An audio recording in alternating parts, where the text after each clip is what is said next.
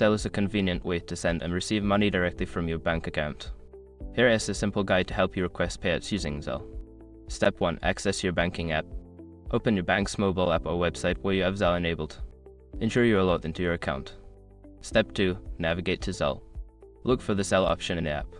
This is usually found in the Payments or Transfers section of your banking app. Step 3. Select Request Money. Once in the Zelle section, find and select the Request Money option. This allows you to send a request for payment to another Zelle user. Step 4. Enter recipient details.